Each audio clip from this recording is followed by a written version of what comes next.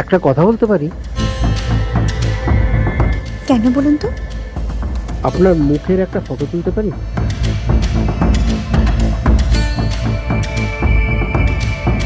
আসলে আপনাকে দেখে আমার ফটোগ্রাফির সাবজেক্ট খুঁজে পেয়ে গেছি। মানে আমাকে দেখে আপনি ফটোগ্রাফির সাবজেক্ট খুঁজে পেয়ে গেলেন? অদ্ভুত তো। অ্যাকচুয়ালি আপনার উদ্দেশ্যটা কি বলুন তো? ওই যে বললাম, ছবি তোলা। এই বালুকা বেলায় আমি একাকিত্বের ছবি খুঁজে চলেছি। হ্যাঁ সত্যি, জানেন, একটা মানুষকেও পেলাম না। সবাই আনন্দ করছে, মজা করছে, ভেলপুরি খাচ্ছে, আর শুধু আপনি এই অবিরাম ঢেউয়ের সামনে বসে একাকিত্বের ভাবুক হয়ে আছেন। ঠিক বলিনি? থামুন।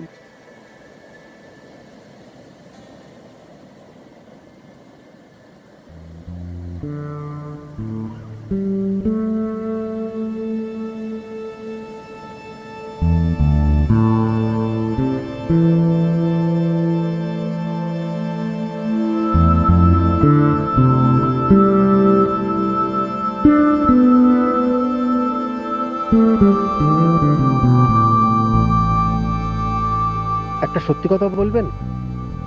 কি সত্যি বলবো? কি বলছেন? আপনি একা? জানেন, 10টা বছর পেরিয়ে গেছে।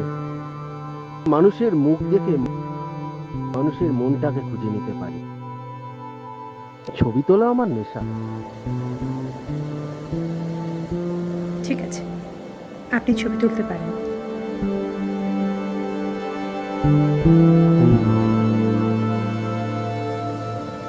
হুম।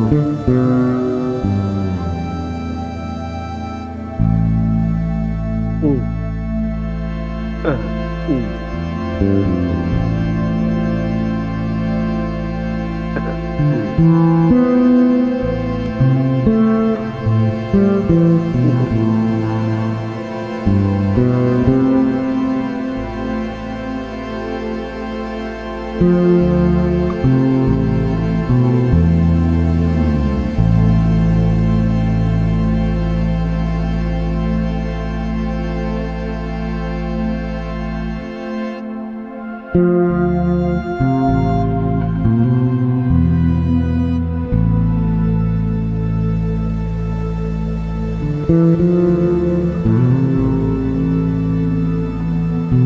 আরে কোথায় যাচ্ছ?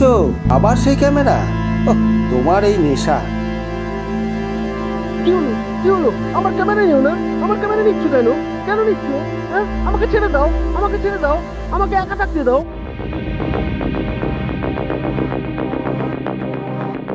আরে ছাড়ুন ছাড়ুন বলছি, এরকম ভাবে একটা মানুষের থেকে কেড়ে নেয় নাকি?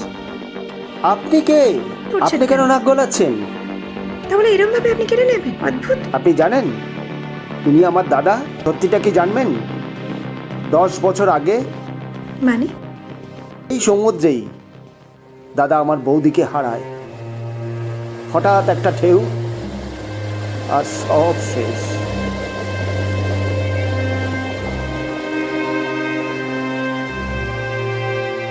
দেখবেন, দেখুন, এটা একটা নষ্ট ক্যামেরা। সেই থেকে দাদা এই সমুদ্রের তীরে ঘুরে ঘুরে বৌদিকে খুঁজে বেড়ায়। চলো বাড়ি চলো, বাড়ি চলো দাদা, চলো চলো। কত মানুষ কত অসহায়, কত মানুষ একাকিত্বে জীবন পার করে চলেছে স্মৃতি নিয়ে, শুধু স্মৃতিটাকেই নিয়ে। আমার শৈবাল, সেও তো আমায় ছেড়ে চলে গিয়েছিল, হারিয়ে গিয়েছিল। আমিও তো আজও তাকে খুঁজে চলেছি, খুঁজে চলেছি।